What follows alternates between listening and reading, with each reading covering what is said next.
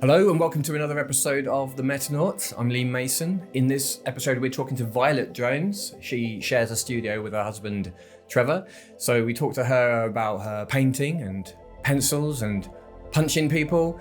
And we had a really good time. It was a really good laugh. We then went out for drinks afterwards, the four of us, and it inspired Paradoxx and I talking about maybe some different types of shows we can do where we get more people together, have a few drinks, have some food, and have some roundtable discussions about the NFT space and art in the NFT space specifically. So yeah, that's going to be good. We'll look forward to that. If you're interested in being part of that or have any ideas, then reach out. Also subscribe, please, if you're interested in watching stuff like that. I keep forgetting to ask people to hit that subscribe button. Turn on notifications. We're doing one video a week roughly, so quite a lot of stuff coming up. We're going to be doing this for quite a long time as well, so if you're enjoying it, then yeah, please let us know in the comments as well. And that's it really. Without further ado, we'll dive into the interview with Violet. So thank you for coming and sitting with us today and chatting in Edinburgh. I understand that you weren't born in Edinburgh at all. Tell us a little bit about your background and how you came to be an artist in Edinburgh. Okay, so yes, I wasn't born in Edinburgh. I wasn't even born in this country. Or the Union. I was born in Poland originally, and I was a little bit of a nomad, and I ended up in Edinburgh in 2009. No, sorry, it wasn't in Edinburgh. I ended up in Scotland in 2009, and it was only for holidays. And then, I don't know, is it 13 years later? I'm still here. And art was kind of a very complicated journey for me. So I don't know if you've got time for that. Yeah, we've got time for that. That sounds interesting. Let's do it. All right. So basically, my major job was teaching English as a second language. I decided to do a degree in that because that allowed me to travel, teach abroad, and basically live in different countries, experience different cultures. And art was the thing that I was doing as a hobby, as you can say. I did fashion design school straight after I got my degree. And from there, I went into film. And then from film, I went back to art. And then I ended up in Scotland, and I went back to film and then art. And now I stayed with art since then. It's been art and film in my life all the time. So you've jumped around quite a lot of different mediums over the years. I've also seen that you've used virtual reality art tools as well. Yep. So we're talking about film, painting, VR, but there is a common thread of this dynamic movement and human movement across all of these different mediums. So there's a focus there in your work that I've seen. Absolutely, yes. I love jumping, like Trevor, my husband Trevor, sorry. I wasn't supposed to look there. That's great. So other artists like to focus on one medium and just basically perfect that. I've got slightly different approach. I think that in my case, jumping between mediums like kind of feeds the inspiration. So basically, when I do something in clay, it inspires something I want to put on canvas. That inspires something I want to make film about. And yeah, and definitely my focus is figurative. And I love just dancers and fighters. That's very common in all of my work that I produce. Something about body that is just super exciting. And there are no two the same bodies. There are no two the same angles. And it's just like a giant, fingerprint that people either keep fit or not and can do something exceptional with their bodies or like I'm talking about fitness level and movements, and they can contortion themselves into a pretzel, and that makes very interesting shapes to paint. Mm-hmm. And you've been focusing on sort of the people that really hone their bodies and become strong and pinnacle of fitness in terms of your current work. Yes, and absolutely. the GOAT drop that you're going to be dropping very soon? Yes, it's 29th of July, I think, is the drop. No, I know. I don't think. And basically, I think that in the past, like in fine arts, there was more appreciation towards athletic abilities and bodies. It kind of got lost a little bit. There are no well-known artists. There are a lot of artists still doing that, but there are a lot of like street artists doing that, but not like fine arts canvas. So I think Bellows, that was the last one, 20th century painter who painted boxers. And the paintings were absolutely phenomenal. But since him, I don't know anybody who would be like in fine arts, in books, that has painted this subject. So I was thinking like it's time to bring back that tradition of painting exceptional athletes from this discipline, sport discipline. There's a bunch of different. How many paintings are there in that drop? 3. So because Goat's title or kind of term is used only for those super exceptional ones, undefeated, defending their title, just basically superhumans. And there are quite a few of them, but I decided to focus on Khabib, who has never lost in octagon. Then John Jones and GSP, George St. Pierre, they lost, I think, once or twice. But basically, they had very heavy fights, very difficult fights, and like what they could do in octagon and how they won and how they defended their title was absolutely incredible. And they were given that title of the GOAT, the greatest of all time. Greatest of all time. But I know that not everybody is aware of what it stands for. Yeah. And I've seen it as a sculpture. There's a sculpture, glove sculpture, but I thought that it would be like a trophy for somebody who wins the auction. So there are going to be 3 auctions happening at the same time. There's going to be an NFT and oil painting in the primary sale.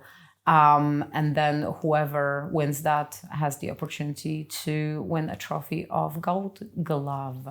And during the drop and revealing the exhibition, revealing the work, you're going to be doing something in the Metaverse in Decentraland. So in Decentraland, a person that goes as Valiant, and his gallery is in Decentraland as well. And him and I have been working on the set of wearables. And they're going to be MMA kits that will comprise of gloves, top for women, and MMA shorts for both women and men. And the opening of the paintings and the reveal is going to be on 29th in Decentraland in his gallery. And people will be able to purchase MMA outfits and come and see the show in MMA kit. So what was the process of designing those wearables? How do you make the wearables fit for purpose for Decentraland? What's that process like? Well, it's a very complex process, and that's Gary's kind of side of work.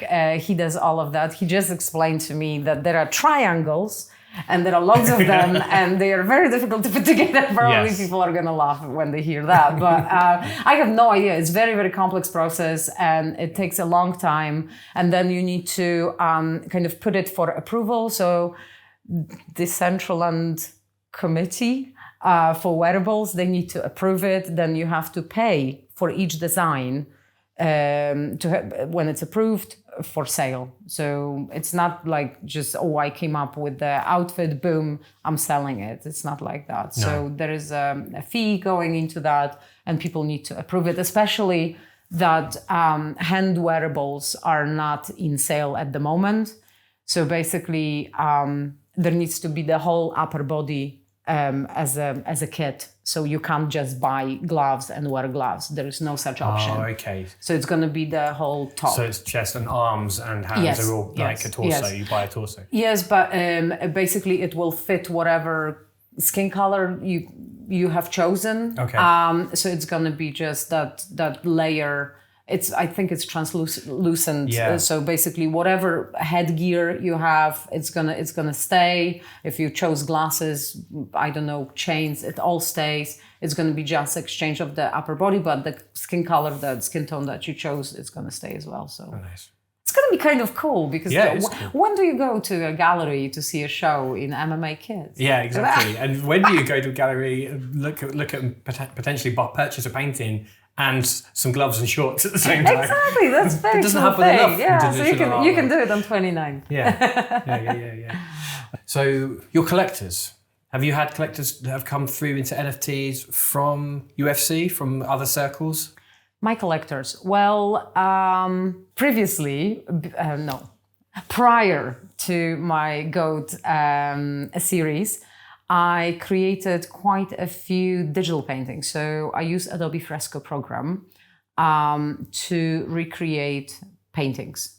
Basically, maybe not create paintings, but basically imitate the behavior of paint, what I would do on canvas. So when people are painting in those digital programs, like a lot of artists are using Procreate. I found it more designy. I found Adobe Fresco to be more painterly and painters friendly. So I can kind of increase the volume of paint on my brush, mixing kind of the colors of the paints. So it's you can actually create textures.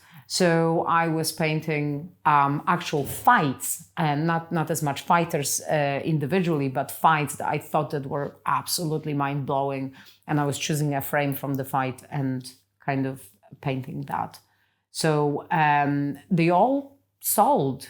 And I'm pretty sure all of the buyers are huge MMA fans. I don't think there was anybody who just bought that particular artwork because of the art. I think you need to like the sport. Although I don't know, maybe people will buy that never. Yeah, I should think that's entirely possible. Yeah, it's entirely possible if they like art. But like with the goats, they are portraits of fighters. I don't know if you're not into this sport. I don't think you would put a portrait of a bloody nose, on your wall. So I'm not entirely sure. So speaking of the blood, I understand there's a bit of a secret ingredient in and there's something unique in the process. I'd like you to talk a little bit about that and how you came up with that idea, where it comes from. Well, I was thinking, because what these athletes do, they basically go through such a regime, training, and it's probably worse than Navy SEAL. I don't know. I've never been to Navy SEAL training, but I just assume that it's even worse. And there is sacrifice. And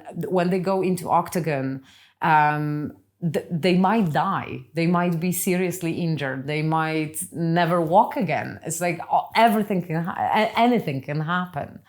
And just to kind of symbolize that sacrifice, this really exhaustive training and all of what they do throughout their life, I decided to do underpainting with the animal blood. It's blood and sweat. So my sweat went into that, pig's blood went into that. And it's kind of symbolizing their blood and sweat into, this is their life, this is their job, this is everything they have, they represent, and it's so much more than just, punching somebody in the face. It's a sacrifice, isn't it? It's a sacrifice, yeah. You undercoat, or is the blood in the painting pig's blood?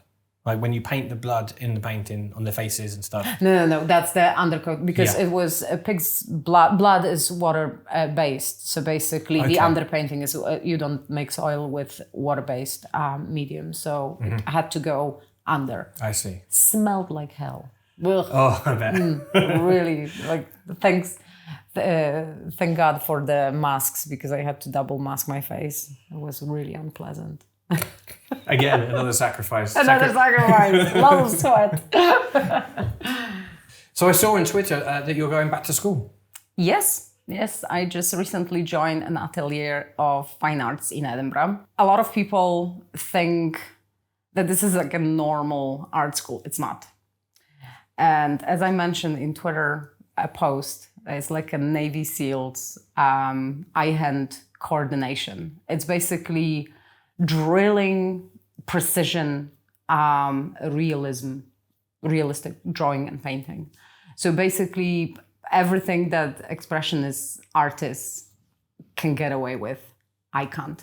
Okay. It's like what you first you learn to exactly project onto a piece of paper what you see, and then you learn how to lie to make people see what you want them to see. How do you mean? Okay. In order to do what I want to do, I need to know exactly how to do it properly, and then I'm gonna lie how much I want in my paintings. Learn all the rules so you can break them. Exactly. Yeah. So not many art schools, well, no art schools teach that. So there are ateliers around the world. There are not many of them, and they teach you that. And this one is just fabulous. It's phenomenal, but it's like 7 hours a day drawing nonstop. Either exercises or live drawing and then exercise and back to live drawing. It's like, it's nonstop, but it's phenomenal. You live, breathe, art all the time. You then dream about it and then you go back and you do it all over again. It's phenomenal. And you just started recently? Yes, started on Monday. Oh, really? Yeah. Okay, enjoying it though? Oh, I love it. And the time flies. It's ridiculous. You just start, it's like you start at 10 and suddenly it's like 3 lines later, somebody's like, lunch break, 2:00. And I'm like, what? I just drew 3 lines. It's like how it takes a long time to get something really properly done. And it's like even 1 line wrong, something's going to be off. So it's basically when we do copies at 2D to 2D. And then we do live drawing. And when we get the critique, they put the original and then your outline or whatever. And it's like, are they identical twins or are they distant cousins or are they barely related, So we're looking at, there are loads of different techniques to check it. So they basically, this is like learning a new language. Art, drawing, painting, it's a visual language. They teach you all the words and then you decide what you want to say. They don't beat the opinions out of you. You still have your own opinions. You still have the idea what you want to say with your art. They just teach you all the ABCs, all the phrases, you learn the language. Do you have an end goal? Is this because you have a specific project in mind that you want to be perfect this technique? Yes, okay, very much so. Yeah, because the training I've received was very much 20th century expressive, very, very different. This one is like realist, and that's giving me round tools to do whatever I want to do. And there is a very particular thing I want to do. I'm not going to tell you. Okay. Well, are they teaching techniques from long ago then that have survived the 19th test of century. time? 19th century painting and drawing.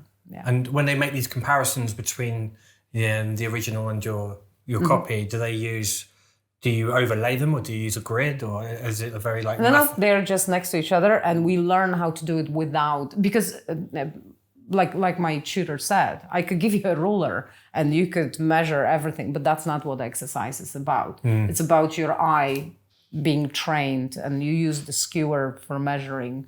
But basically your eye is going to memorize the body in so many different poses that after completing the course, I should be able, from memory, paint a perfect human being in any position. So, because it's commonly known that understanding how to draw people, once you can do that, you can pretty much draw anything. Yes. Yeah, if you can get the foreshortening and the proportions of a person down, then what else are you going to find challenge with?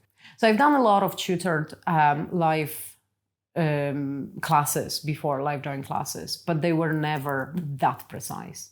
There are young people, young artists, but there are also like mature artists who have been in art for many, many years. Art, and I probably after those 2 years, even if I did it for 10 years, I'll still have something to learn, I'm just gonna have more tools, but art is like any other study. You never perfect it and that's it, you're done. It's always a learning process. And during this time, are you still going to be bouncing around using different other mediums and other work outside of that? Absolutely. I know that you've done some virtual reality stuff. Are you still going to do that again, do you think? I know you really enjoyed Tilt Brush. Well, I love Tilt Brush, but Anna Dreambrush just put me to shame with her creation. I absolutely am. I've got a wee girl crush on her and her work. We talk a lot. She's an exceptional artist, and not only in VR. She's multi-talented artist. But yeah, I would like to do some stuff. I love sculpting. So basically, for me, Tilt Brush, it's like sculpting with virtual tool. So I wouldn't paint. She's using slightly different brushes, and she actually paints scenes, so it looks like a painting. I would like to focus more on sculpting. So So how were you first introduced to NFTs? Well, my journey with NFTs started, well, I'm not going to lie. I would like to make a nice story there, but Trevor. No, he got me into NFTs. I actually applied for super account the end of 2019, got approved, and minted my very first artwork on the 10th of January, January 2020. And I actually started with not paintings, but I wanted to start a crypto cinema. That's interesting. Crypto cinema. So basically, back then, it was very challenging because there were no MP4s, no MP3s. It was only GIF and the image. Oh. So to make a video in a GIF was kind of a challenge. Yeah. And make it short enough. And back then, you had to have a certain amount of the size was also an issue. I think it was 10 megabytes or something. Really it was just crazy. So I was getting something through the editing program and then compressing and then checking resolution, and it was shitty and grainy, and I had to go back, then turn it into GIF. GIFs are huge, so then you had to make it smaller. Okay, so hours or days later, I was coming up with this GIF. But I was initially inspired by Hemingway's short stories. So he had these short stories written in a sentence, like seven-word story. And I was like, okay, let's make a flash fiction with film. And that was I never understood these film festivals that had like a film festival screening of films under a minute. And I was like, what the hell can you tell under a minute? Well, I got like, what can you fucking tell in like 20 seconds? So I got into that, and it was actually a challenge to tell a story that somebody could watch. And it's like, okay, I know there is a beginning, middle, end. Yeah. So I started with MasterChef. I was filming a promo video for, it was like a computer game company, and they were launching a game. And there was one particular scene that I really liked. And basically I used a different edit and told the story through that one scene. So basically that was my very first NFT. Then there was crypto Twitter with the birds, one bird eating another bird. That was a film that I just, I saw bird eating another bird, so I filmed it, and then that actually fitted with all the on crypto I haven't Twitter. seen that. I want to see that. Yeah, I can see exactly where you're going with that. And then I was like, okay, scary is my thing. So I decided to do Scary Sundays, and I was posting like little GIFs of Scary Sundays. Then were like Stupid Tuesdays, and it was supposed to be this whole crypto cinema thing, but it didn't kind of catch. So I burned a lot of early work that I posted because it just didn't sell. And back then gas fees were like, because that's right at the beginning, really, isn't it? January. At the moment, I've got an issue with burning NFTs. So I've matured enough to understand that this is like, I think everybody's got it or had it at the beginning when they joined the NFT journey. I don't make such a differentiation between physical and digital anymore. It's an artwork. Yeah. So you don't burn books, you don't burn paintings, you don't burn NFTs. Yeah. I did that at the beginning, and I have to admit that it was the beginning of the journey. I was trying to still find what kind of artist I want to be in the digital space. And to be honest, like I didn't even know if I would, in any way succeed in digital space, if digital space would succeed in any way. It was very early. So, I matured now, and I don't burn. I really think about what I put out there. So I don't mint anything. I don't want it to stay there. But the beginnings were shaky, and I was trying to find my way. I think the beginnings are shaky for everybody, and especially the further back you go, the less examples there are to see of how everyone else is doing it, right? So I did that. I burnt a few at the beginning as well, and minted things that I regret, stuff like that. Yeah. Everyone's got that. But I think you're right. Like it does the artwork a bit of an injustice just to delete it from the world. Well, it's still in blockchain, but it's in a burn address. Yeah. Nobody can see it. In limbo. But like a NFT purgatory. Yeah, that's it. Yeah. But you guys, you and Trevor, both have done the opposite of what a lot of people do with this pseudonymity. Is that a word? Pseudonymity? Well, I think that when it comes to art, well, no, when it comes to social media, there are two ways you can attract people: by being a super mysterious person and you know nothing. And there is actually marketing thing, but like there is a theory behind being super mysterious and kind of forbidden, and people want to know more, so they're gonna follow just in case you slip something, or you're totally open and then people kind of relate to you. So there are two schools of doing that. We did not read the theories and decided to test one of them. No, we are who we are. It's like, this is my face, this is his face, So yeah, and I hope that people can relate to me in any way. And there is nothing fake. No. It's just I'm too old for that shit. Yeah, that's it. Yeah, absolutely. It's just. Yeah, but I do speak to a lot of people in DMs who do have pseudonyms and avatars, and nobody knows who they are. But if you want to have a certain type of relationship with me through DMs, going towards friendship and getting a little bit more personal, if it's only business, that's fine. But if you get into personal sphere with me, I need to know your name and I need to know what you look like. And that's my one rule. And people know who they are. And I never reveal, it's like whatever doesn't leave my head. Mm-hmm. It's like, Trevor doesn't even know. Mm-hmm. Because I don't think it's my responsibility to tell him. It's like, he's my husband, but he doesn't have to know everything. Unless a person says, okay, you can tell Trevor. Mm-hmm. But it doesn't leave my DMs. And I feel then it's a little bit different because I know the person behind the avatar. I don't trust people with personal life when they are avatars only. NFTs are crazy for that. The amount of trust people put in completely anonymous cartoon profile pictures. And there are a lot of people that are trying to take advantage. And unfortunately, I have the recoil of Trevor's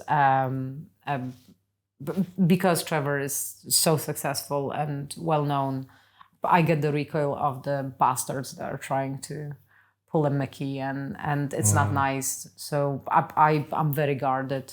But yeah, people who I am friendly with and a little bit more personal, I respect them and they respect me. So that's nice. So it's weird. It's like almost like at the beginning when the internet was invented and all these chat rooms appeared and people became like best friends, people who never met. Mm-hmm. I think it's basically fluctuating back to that era where people like in COVID when they basically found friends online.